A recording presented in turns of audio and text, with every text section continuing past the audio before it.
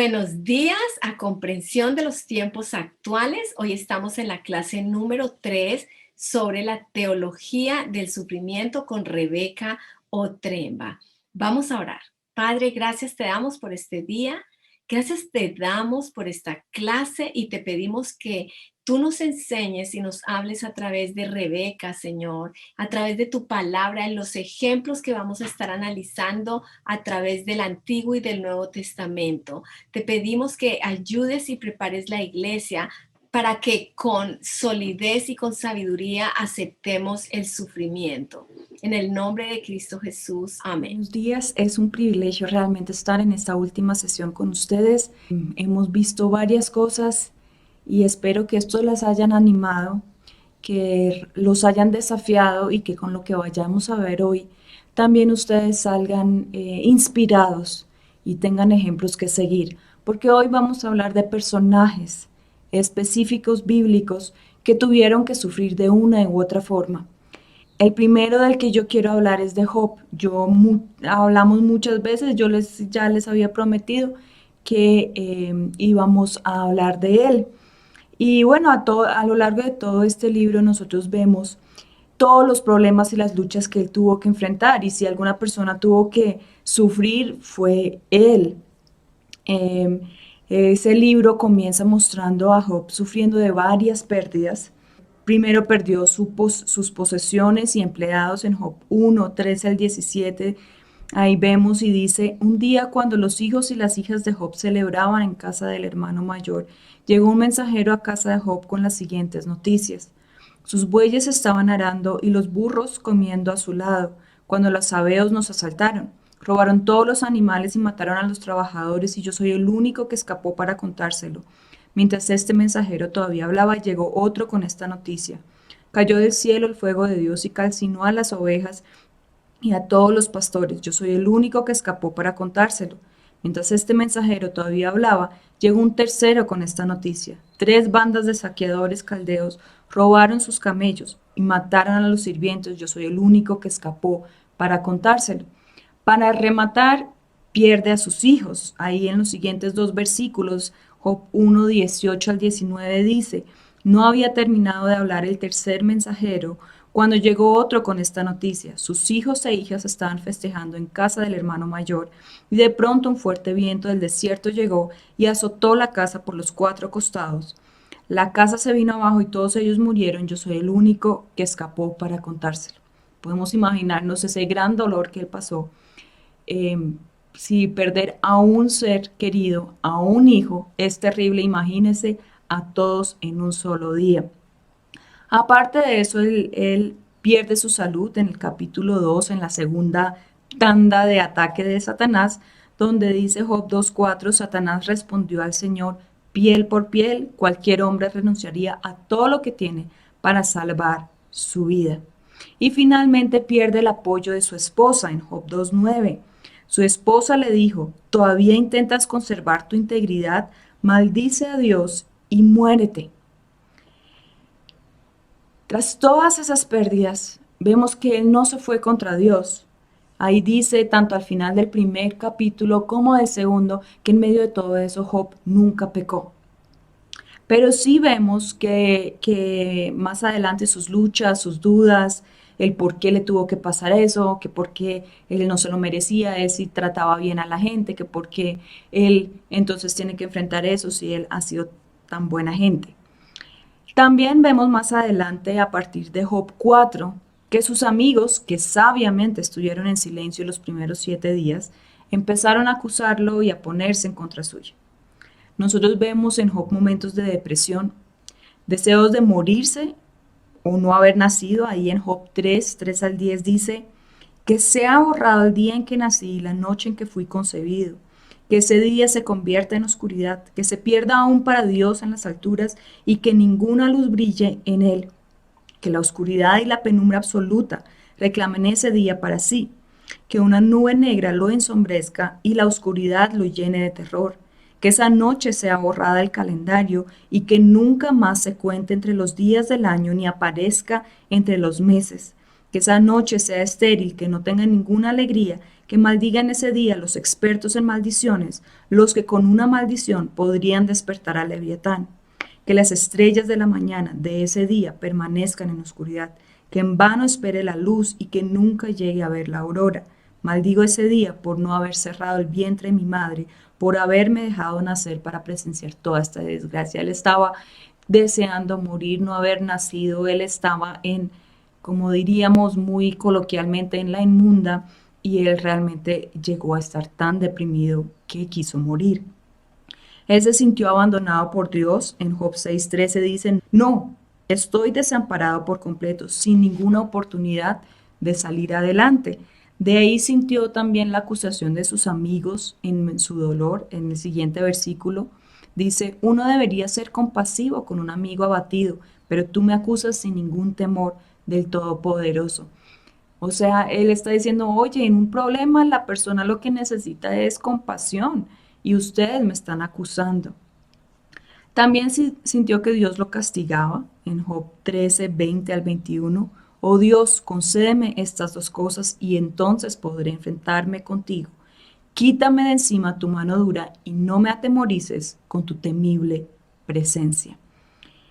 Nosotros anteriormente hablamos de la crisis de fe y mencionamos a Job. Y sí, estudiamos todo ese libro de Job, vamos a ver que él está en una crisis de fe, está cuestionando a Dios y lo que hace tanto en la vida de Job como con los malvados. Nosotros acá también vemos cómo nosotros no deberíamos responder a alguien que está pasando por una situación difícil. Nosotros, eso se ilustra claramente en los tres amigos de Job, que fueron sabios y fueron inteligentes y hicieron lo correcto los primeros días. Pero ya de ahí empezaron a acusar, a buscar culpas, fueron insensibles a la lucha de la otra persona, o sea, en este caso Job. Ellos no les importaba todas las pérdidas que él tuvo, mientras que Eliú, el menor de ellos, esperó para responder y de ahí ya no se aguantó más y dijo, ustedes están acusándolo solamente, el otro está mirando solo que yo no me lo merezco y todo el cuento. Y él dijo, no, yo tengo que defender aquí, en cierto sentido, a Dios. Y él lo que hizo es enfocar a Job en Dios, en quién es él y en realmente nunca lo acusó, nunca le dijo, usted está mal, sino mira más bien a Dios. Y ya a partir del capítulo 38 nosotros vemos la respuesta de Dios y es muy interesante ver que Dios nunca lo acusa, nunca le echa en cara su crisis de fe o lo culpa de algo, más bien le muestra quién es él, muestra su soberanía y su sabiduría y cambia el enfoque del problema, de los sentimientos y de los pensamientos de Job a quién es Dios, a realmente enfocarlo totalmente diferente. Nunca le da una explicación, nunca le dice, oye, usted está mal, mira que usted sí pecó, mira que usted sí hizo, sino simplemente dice, wait a minute, aquí está, soy yo, aquí este soy yo. También vemos que Dios nunca le dio una explicación a Job porque él tuvo que pasar por eso. Nunca le dijo, ay, ¿sabes qué? Es que nos encontramos con Satanás y él me dijo, ay, mira Job y quiso ponerte a prueba y por eso tú estás en estas. Él nunca le dijo eso lo sabemos nosotros porque leemos el libro de Job desde otra perspectiva, pero Job no lo sabía y no lo supo. Y realmente es un gran ejemplo de una persona que sufrió de muchas pérdidas, que obviamente por eso entró en depresión, una crisis de fe, un cuestionamiento de Dios y de toda su vida. Y vemos que Dios lo dejó expresarse, lo dejó quejarse, lo dejó desahogarse, le dejó decir y hacer y patalear y hacer todo ese proceso. Y recién después Él le responde.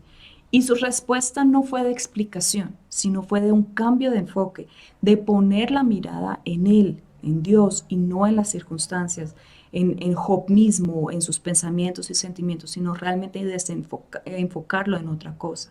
Y muchas veces con nosotros también no nos da las explicaciones. Él simplemente dice, enfócate en mí, depende de mí, descansa en mí, recuerda quién soy yo.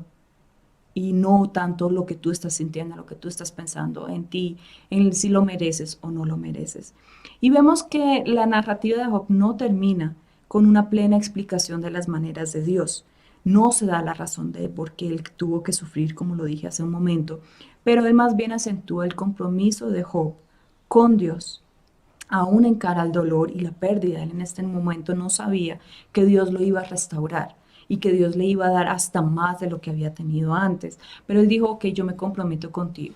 No importa qué pase, yo confío en que tú estás en control y que tú sabes. Y realmente dice, oye, yo no sabía de lo que yo estaba hablando, pero me lo mostraste.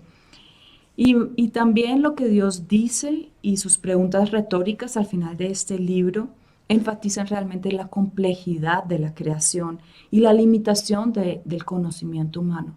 Ahí vemos claramente que hay muchas cosas que nosotros no alcanzamos a entender y que para nosotros están fuera de nuestro conocimiento y que no entendemos porque no somos Dios y por ende hay muchas cosas que no vamos a entender en nuestra vida también. Y nosotros no, como seres humanos, no podemos hablar en contra de Dios y llamarlo a cuentas. Oye, ¿usted por qué me hace eso? Yo no me lo merezco, usted me debería dar. Pero nosotros sí podemos hablar con Dios, sí nos podemos desahogar con Dios y Él nos escucha, Él nos permite decir lo que querramos sin acusarnos. Él simplemente nos escucha, Él después nos va a enfocar en lo que es, pero Él realmente no nos está acusando y eso a mí me da mucha paz y tranquilidad de que yo puedo ir a Él y yo puedo desahogarme, yo le puedo decir, no me parece, no me gusta, yo no quisiera que eso fuera así. Y Él me escucha y Él no me dice, oye, ¿por qué deberías ya a esta altura entender las cuestiones y no te debería afectar y todas estas cosas? Sino Él simplemente dice, ok, desahógate, habla, tranquila. Yo después te voy a enfocar en lo que es, pero tú puedes desahogarte, puedes expresarte y vas a darte cuenta al final que yo sigo estando en control, que yo sigo siendo Dios y que yo sé lo que hago. Viendo y aterrizándolo a nuestra situación, hay casos en nuestra vida, en la vida de las personas alrededor, donde no podremos dar una respuesta a la razón del sufrimiento. ¿Por qué tuvo que morir mi bebé antes de nacer? ¿O por qué nació como nació? ¿Por qué tuve que pasar por esto, por aquello? ¿Por qué tuve que ser abusado?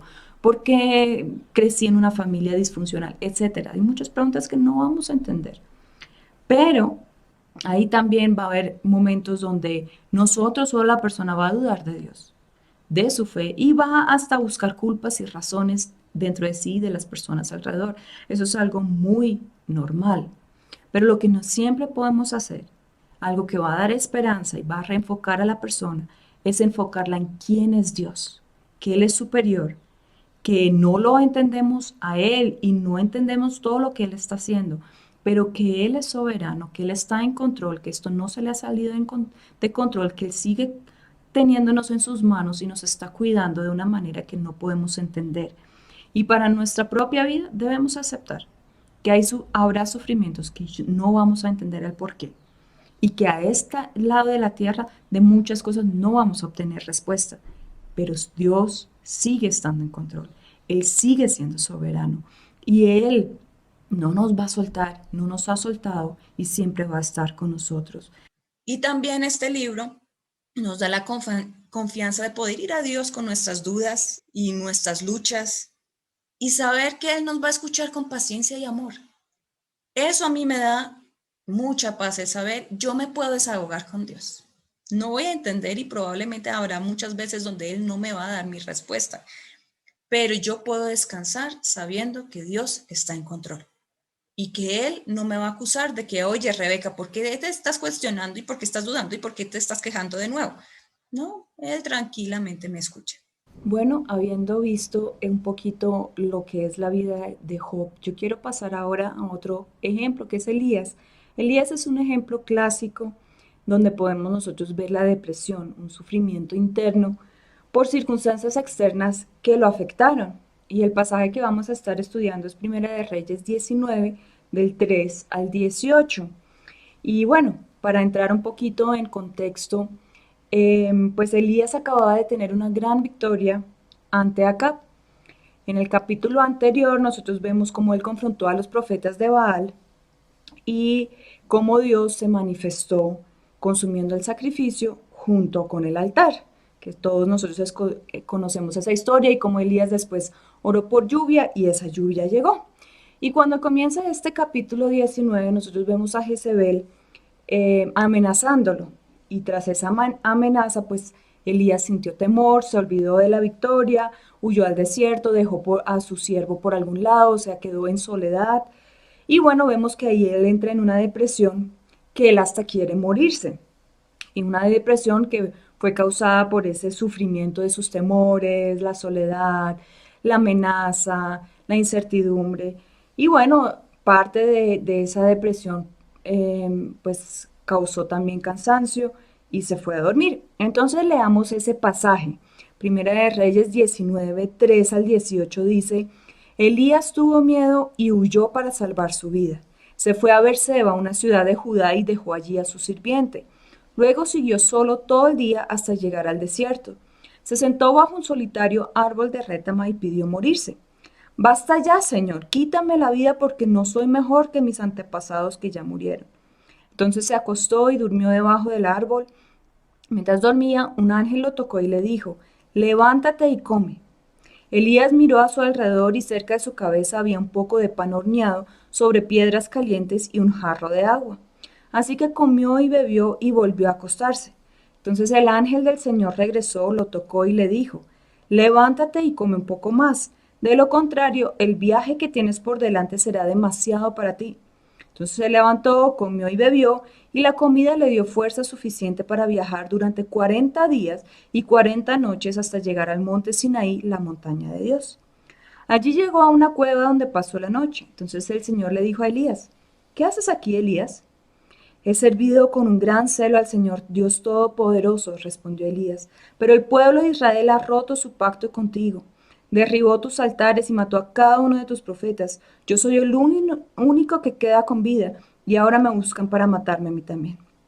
El Señor le dijo, sal y ponte de pie delante de mí en la montaña.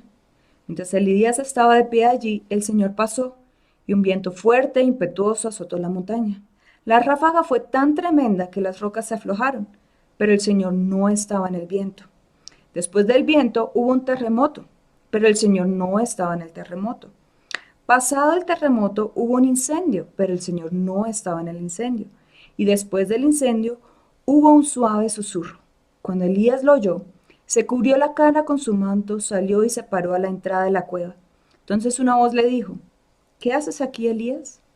Él volvió a responder, he servido con gran celo al Señor Dios Todopoderoso, pero el pueblo de Israel ha roto su pacto contigo, derribó tus altares y mató a cada uno de tus profetas. Yo soy el único que queda con vida y ahora me buscan para matarme a mí también. Entonces el Señor le dijo, regresa por el mismo camino que viniste y sigue hasta el desierto de Damasco. Cuando llegues allí, unge a Hazael para que sea rey de Aram, y después unge a Jehú, nieto de Nimsi, para que sea rey de Israel, y unge a Eliseo, hijo de Safat de la tierra de Abel Meola, para que tome tu lugar como mi profeta. A cualquiera que escape de Hazael, Jehú lo matará, y a los que escapen de Jehú, Eliseo los matará. Sin embargo, preservaré a otros 7,000 en Israel, quienes nunca se han inclinado ante Baal, ni lo han besado. Nosotros aquí vemos a Elías entrando en su depresión y vemos la respuesta de Dios. Vemos que Dios no llega y lo acusa por su temor, por sus dudas, por su depresión, su deseo de morir, y no le pregunta, oye, ¿usted qué hace aquí en medio debajo de este árbol de rétama y durmiendo y ahí dándose a la pena? No, Dios le manda un ángel y le da de comer y beber y lo deja descansar. Y eso pasó 2 veces, hasta que ya Elías había repuesto su energía y ya estaba listo. Dios sabía que lo que Elías necesitaba en ese momento no era acusación, no era una confrontación ni nada, sino lo que él necesitaba era dormir y comer, reponer sus fuerzas, sus energías, calmar sus emociones, renovar su energía para estar listo para lo que vendría. Y después de eso, antes de mandarlo a seguir con su vida, con su llamado, Dios se encuentra con él. Cuando Elías dice ahí que se ve solo, que es el único que queda, a la primera Dios tampoco le responde directamente. No le dice nada, sino le dice, venga, salga, me le voy a aparecer. Y lo hace de una manera suave y dulce. Vemos que pasa el viento fuerte, un terremoto, un incendio, en todo eso, Dios no está. Pero sí en el susurro, en lo suave, en lo tranquilo. Dios sabía que Elías en ese momento no estaba listo ni necesitaba encontrarse con ese Dios imponente del fuerte viento, del terremoto, sino que lo que Elías necesitaba era ese encuentro gentil, suave, con dulzura. Y ya ahí entonces estaba listo para recibir su próxima tarea, enfrentarse a lo que vendría y seguir adelante. Nosotros vemos acá que pueden haber casos de depresiones después de momentos tanto estresantes como de victorias. Y es algo muy normal porque viene toda esa energía, esa fuerza, esa adrenalina y después llega como ese bajón de adrenalina y es fácil entrar en una depresión y también los temores y las cosas que le surgieron. Pero ahí vemos que lo primero y lo más importante es reponer las fuerzas físicas durmiendo y comiendo, pero comiendo lo que es, porque si tú no comes lo correcto, pues te ahonda la depresión, comer comida chatarra solo te va a empeorar la depresión y también reponer las fuerzas emocionales, el poder, sí, descansar, el poder como que liberar un poco la mente, los pensamientos, tener una distancia.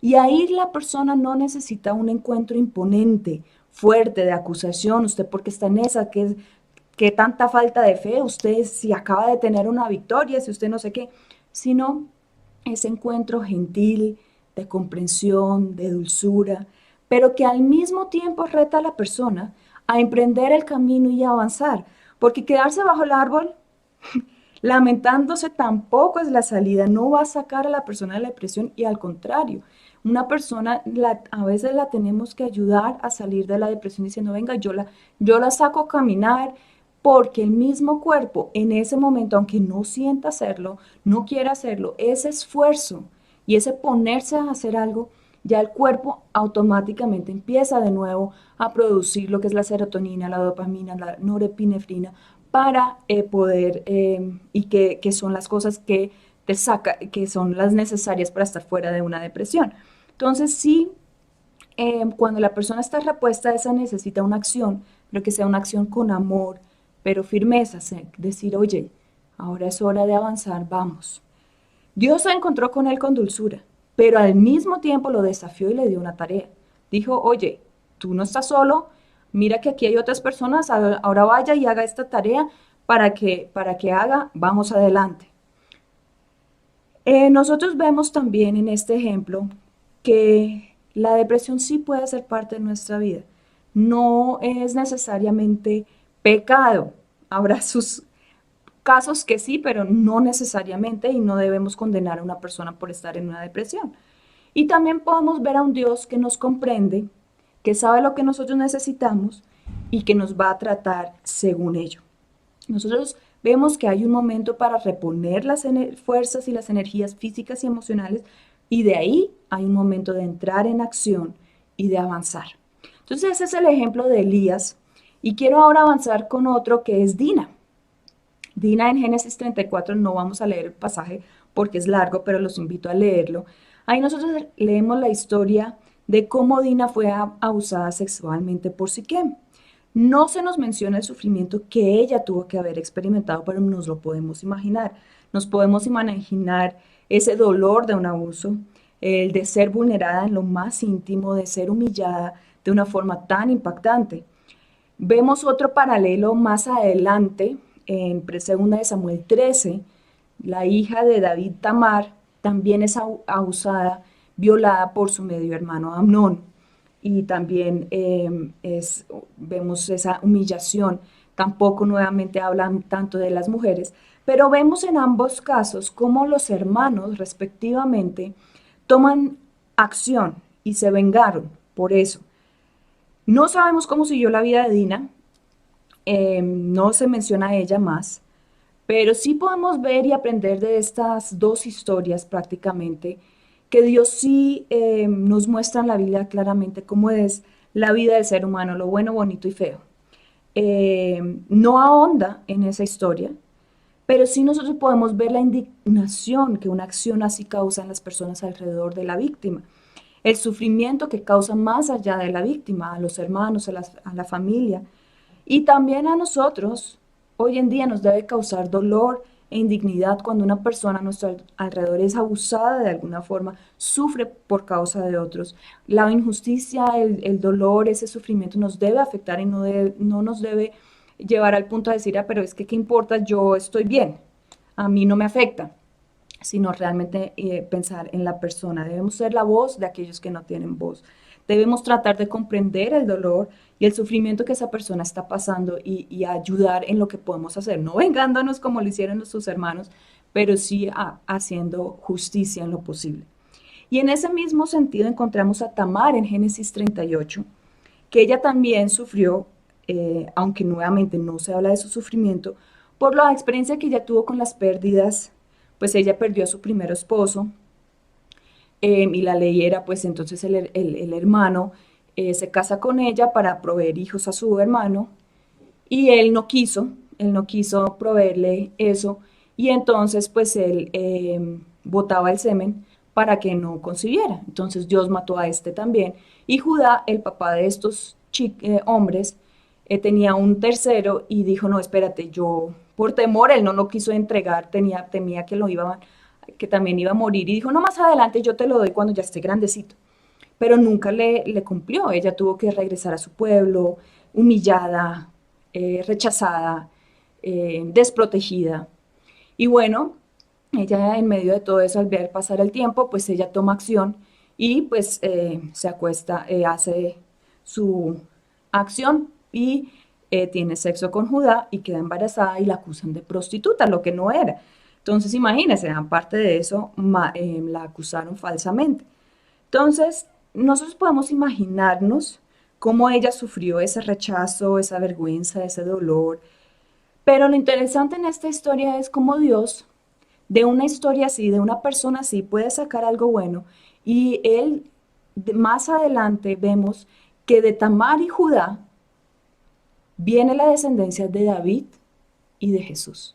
Vemos que Dios puede usar esos ejemplos no tan agradables para sacar algo bueno. Entonces, aunque no se nos ahondan en estos ejemplos, sí podemos aprender mucho de ellos. Siguiente persona de la que yo quiero hablar es José.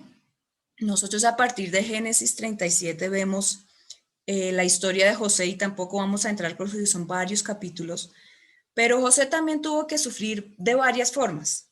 Él tuvo rechazo de sus hermanos, aún rechazo de sus padres por sus sueños, después tuvo que enfrentar esclavitud, él fue acusado falsamente y por eso fue encarcelado, y nos podemos imaginar cómo fue esa vida. Él fue olvidado por aquellos a quienes ayudó, a los que sacó del embrollo. Él no entendía el obrar de Dios, el decir, bueno, ¿por qué soñé lo que soñé y parece que no se cumple? Estuvo en una cultura extraña y eso también tiene sus desafíos y podríamos encontrar tal vez otros sufrimientos que él tuvo que enfrentar. Y nosotros podemos imaginarnos a José preguntando a Dios, bueno, ¿qué fue de mis sueños? ¿Sí me habías dicho eso? ¿No son? Puede hasta haber cuestionado a Dios por todo el sufrimiento que tuvo que pasar y decir, oye, pero porque yo soy el hijo favorito de mi papá y tú me diste ese sueño. Él sufrió a todo nivel, familiar, pérdida de su identidad nacional, de su empleador, rechazo, olvido. Él fácilmente pudo haber acusado a Dios y rechazarlo por abandonarlo y decirle, oye, ¿sabes qué? Ok, dale, yo hago mi camino, ustedes, o sea, ese sueño que y además yo tengo que sufrir todo eso. Pero José fue un hombre que a pesar de todo ese sufrimiento nunca se alejó de Dios. Él más bien se aferró a él y vemos que por eso Dios lo bendecía y él siguió adelante hasta que finalmente sus sueños fueron cumplidos, hasta que él fue restaurado y tuvo una buena vida. Al final, sus sufrimientos cambió a alegría, a prosperidad. Y nosotros podemos aprender mucho de José y su sufrimiento. Nuevamente, hay sufrimiento que en el momento no entendemos. Desde que él fue un adolescente hasta que ya fue un hombre mayor, fue que él empezó a comprender todo el proceso. Pero puede que en un momento sí lo entendamos. Pero en esos momentos tenemos dos opciones. O nos acercamos a Dios y seguimos creyendo en sus promesas aunque no lo vemos, o nos alejamos de Él y renegamos contra lo que Él está haciendo. Otra cosa que nosotros vemos es que también habrá momentos donde no tendremos personas a nuestro lado con quienes enfrentar y compartir nuestro sufrimiento. Vemos que José muchas veces tuvo que sufrir muchas cosas solo entre él y Dios. Pues fue abandonado por su familia, después estuvo en la cárcel. Él muchas cosas, él las tuvo que tratar Dios y yo, ya. También podemos ver que todo el proceso que José tuvo que vivir, aunque difícil, fue aquel que finalmente llevó a cabo a que el plan de Dios se cumpliera, tanto en la vida de José como en el pueblo de Israel. Si él no hubiera sido vendido por sus hermanos, él nunca hubiera llegado a Egipto y nunca se hubieran dado todas las cosas que se dieron. Si él no hubiera sido encarcelado, o sea, todas esas cosas llevaron a que finalmente estuvo en el lugar perfecto para poder ser de bendición para el pueblo de Egipto, para el pueblo de Israel y para que él también pudiera avanzar. Y a veces eso pasa en nuestras vidas. Pasamos por procesos, por sufrimientos que no entendemos y al final entendemos, es que yo tuve que pasar por todo eso para que hoy estuviera acá, para poder ser de bendición a otras personas, para poder cumplir el plan de Dios. Debemos entender que la perspectiva de Dios es más amplia que la nuestra y que puede permitir el sufrimiento en nuestra vida para cumplir su propósito y su plan. Y también debemos permitir que Dios nos moldee a través del sufrimiento. Vemos que José cambió de un joven acelerado, imprudente, porque no supo callar su sueño, a un hombre sabio y líder. Él llegó a ser un hombre de influencia porque permitió que todo el sufrimiento lo moldeara para bien. Así también tú y yo debemos permitir que el sufrimiento nos moldee para mejorar y no que el sufrimiento nos termine destruyendo. Nuevamente, tenemos dos opciones, acercarnos a Dios o alejarnos, permitir que el sufrimiento nos mejore o nos destruya. Ahí finalmente es nuestra decisión. No podemos cambiar el sufrimiento, pero sí cómo lo enfrentamos.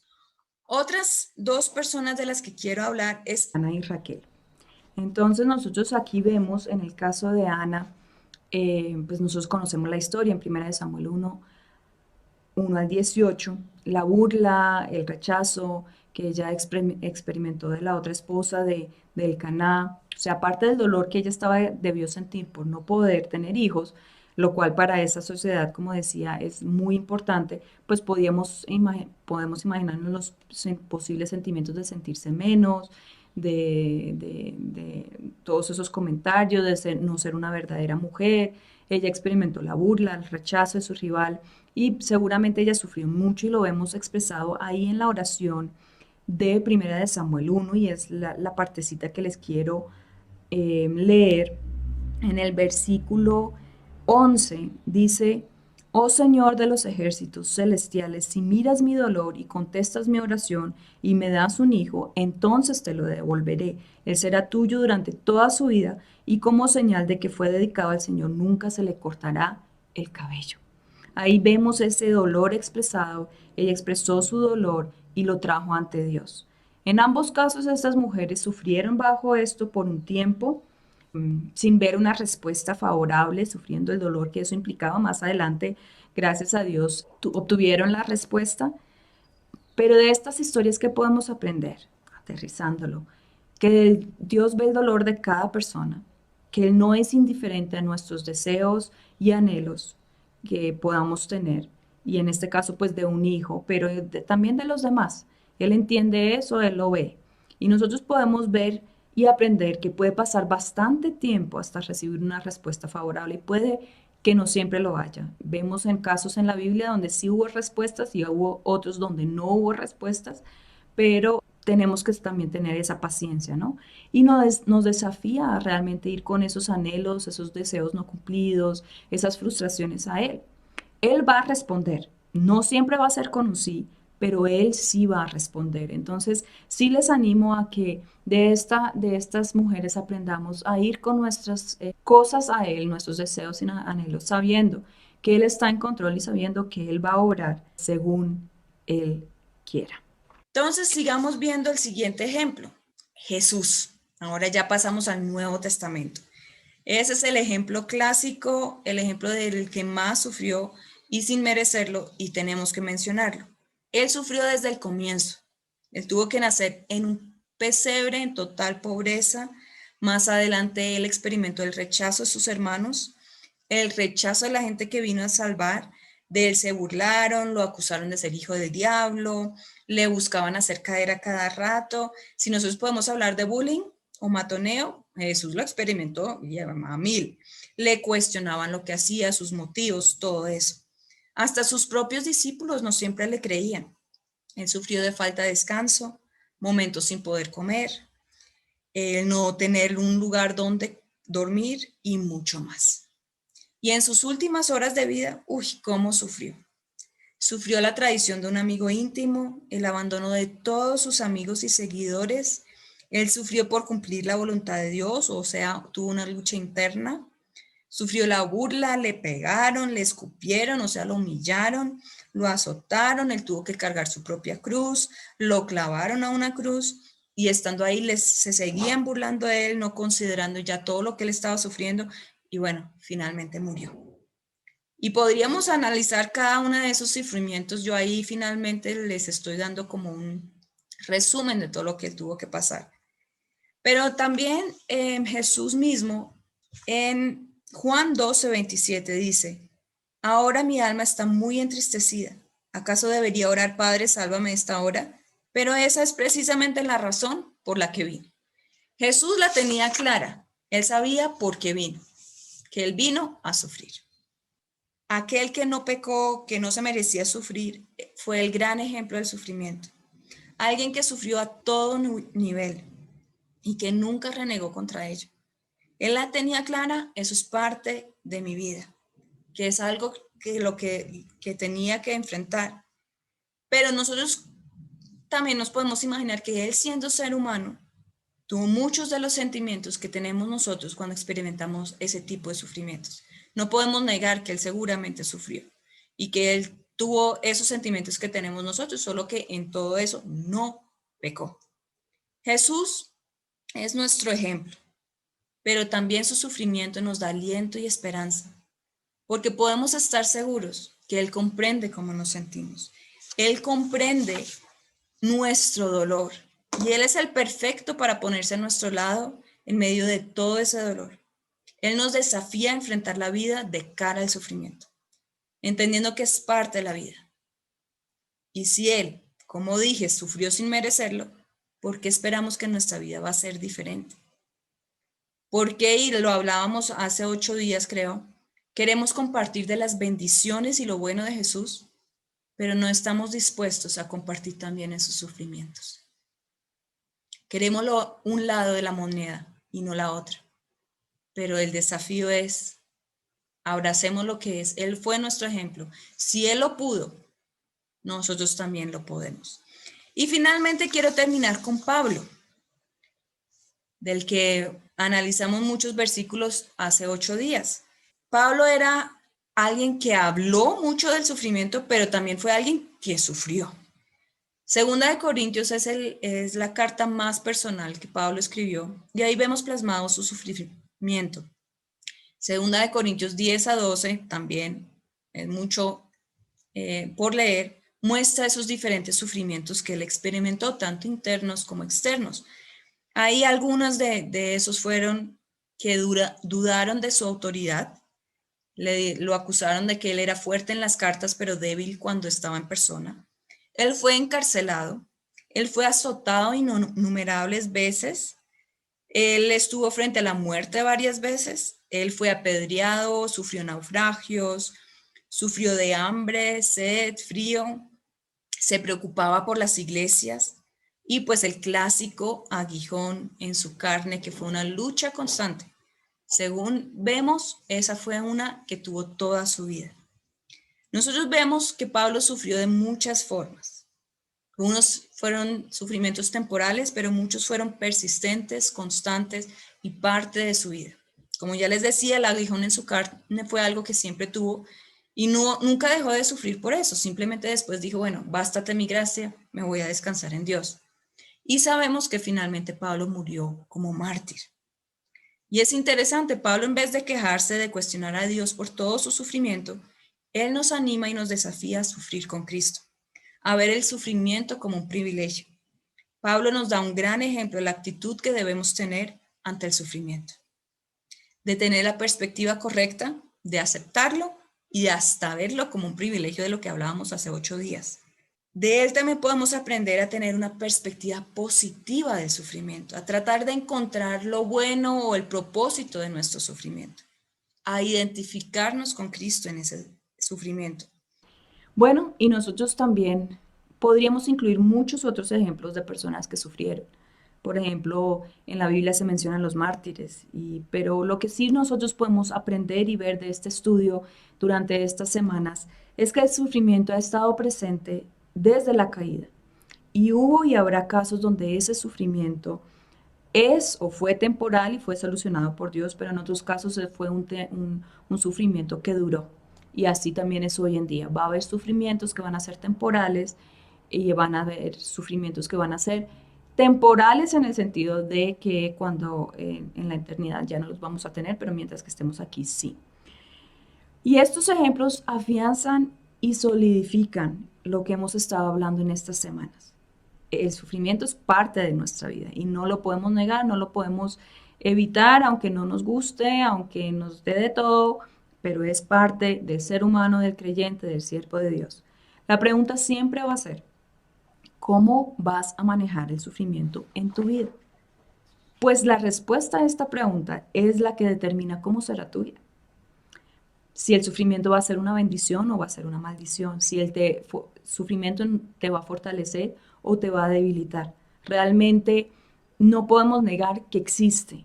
Eso es parte de la vida, como el que salga el sol en la mañana y que se ponga en la noche. Pero sí podemos hacer una diferencia en cómo lo enfrentamos, cómo nosotros lo tomamos, cómo es nuestra perspectiva hacia él. Y en esta semana nosotros pudimos analizar un poquito el sufrimiento desde la perspectiva bíblica y hay mucha tela por cortar, hay mucho por ahondar, hay muchas preguntas que seguramente surgen y siempre nos va a costar el sufrimiento y no nos gusta, ¿sí? O sea, a mí no me gusta sufrir, eh, pero espero que sí, esto los haya animado a por un lado ver el sufrimiento desde otra perspectiva, de poder ayudar también a las personas que sufren a su alrededor y de tener una perspectiva más eterna de este tema del sufrimiento y de realmente ver, va a haber un momento donde ya no vamos a sufrir en la eternidad, pero mientras tanto yo tengo una opción y yo puedo usar el sufrimiento para algo bueno. Y bueno, anhelo que les haya cambiado la perspectiva y que junto a Pablo, a Jesús y los otros ejemplos, nosotros podamos ver el sufrimiento como un privilegio, como parte del proceso y del plan perfecto de Dios. Que realmente el sufrimiento nos haga crecer y madurar, no que nos dañe.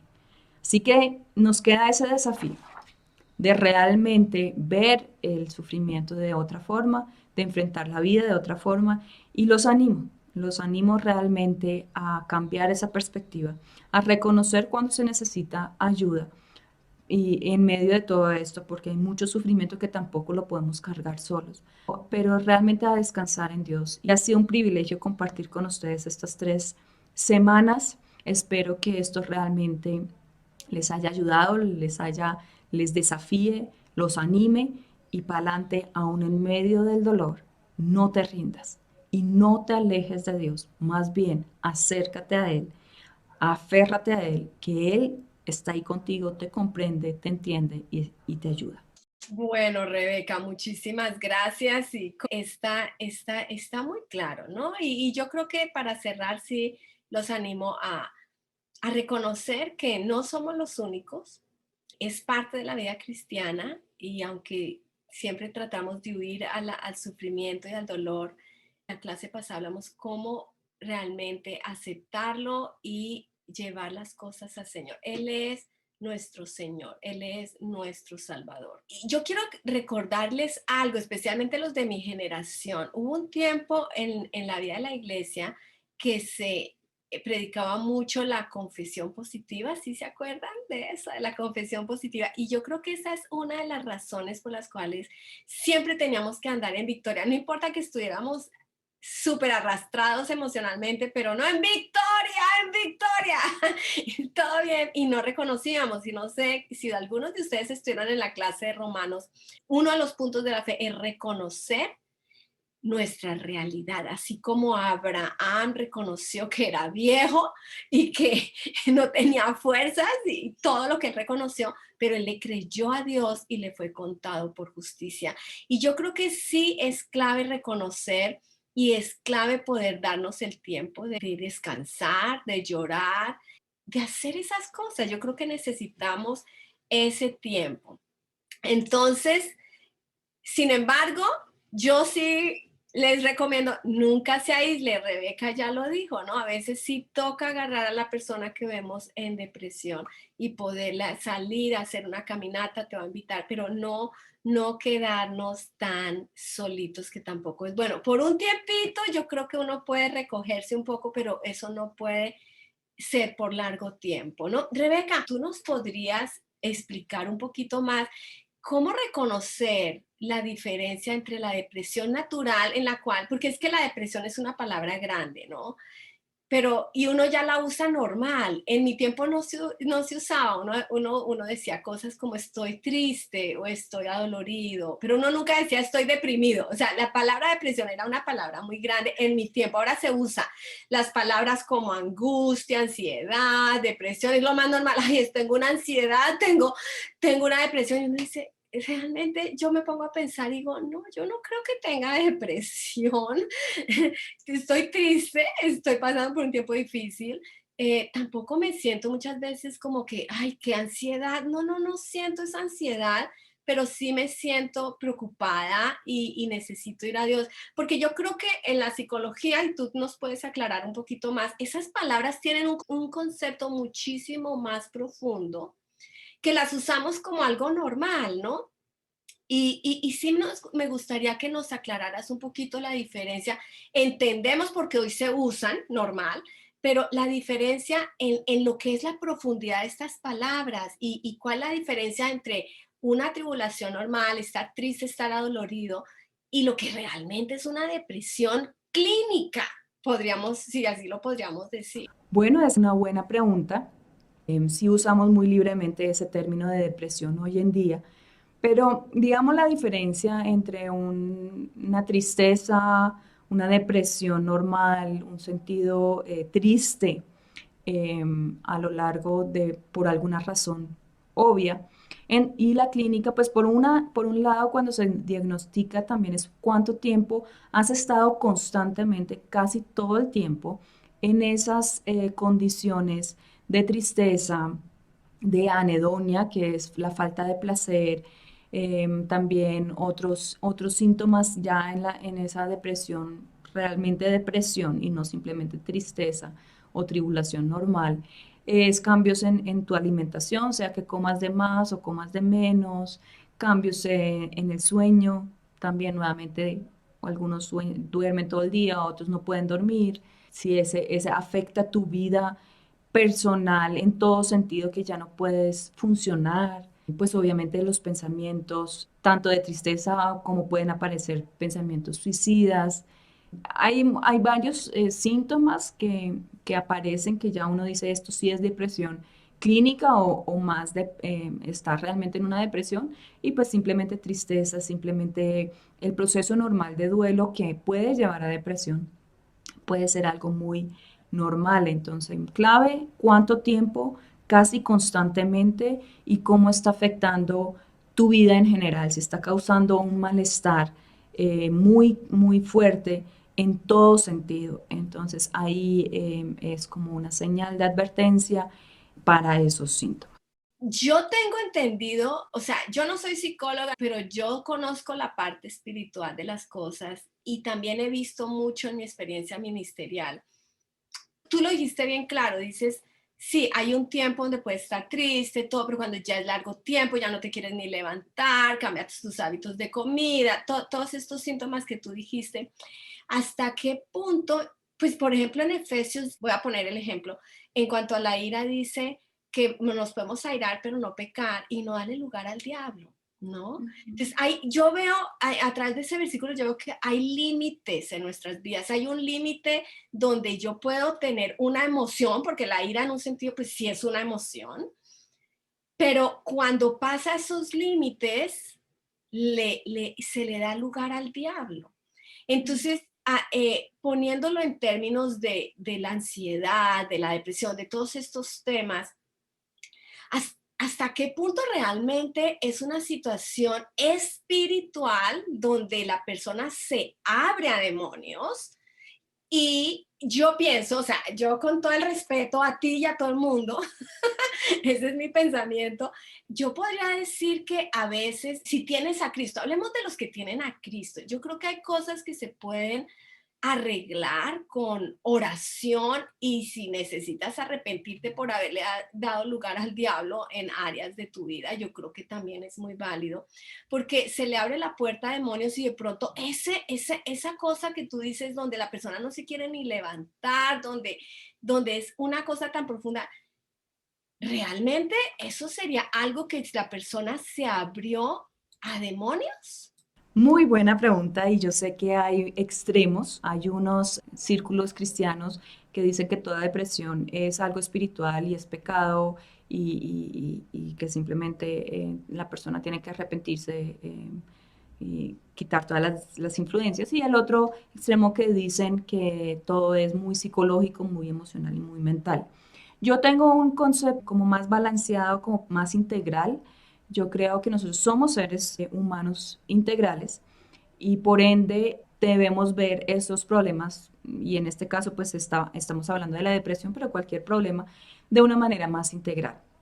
Por eso lo primero que yo pido y se debe hacer es descartar causas médicas, o sea, mandarlo al médico porque hay diferentes enfermedades que causan depresión, falta de vitamina D, eh, problemas de tiroides, algunos cánceres, bueno, otras cosas más que lo generan. Entonces, pues lo primero es descartemos que sea algo médico.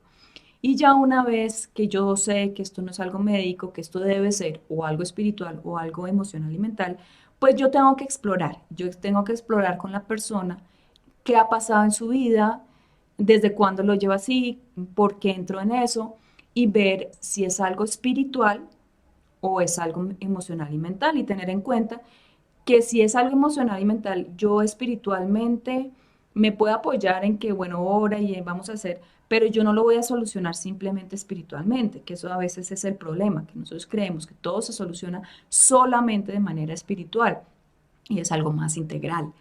Pero si obviamente es algo espiritual, con terapias para eso no va a haber una solución.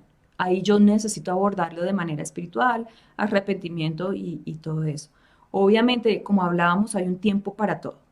Hay un tiempo donde la persona está en esa depresión y si yo me doy cuenta que estoy en esas, pues mi responsabilidad sí es buscar ayuda, porque dice en la Biblia que el que sabe hacer lo bueno y no lo hace, eso es pecado. Y en ciertos sentidos, en este caso es, si yo sé que necesito ayuda y no la busco, eso es pecado, porque no estoy tratando de salir de eso, sino me estoy dando, diciendo, ah, no, ya tengo que estar con esas, sigo con ese cuento y no debe ser así.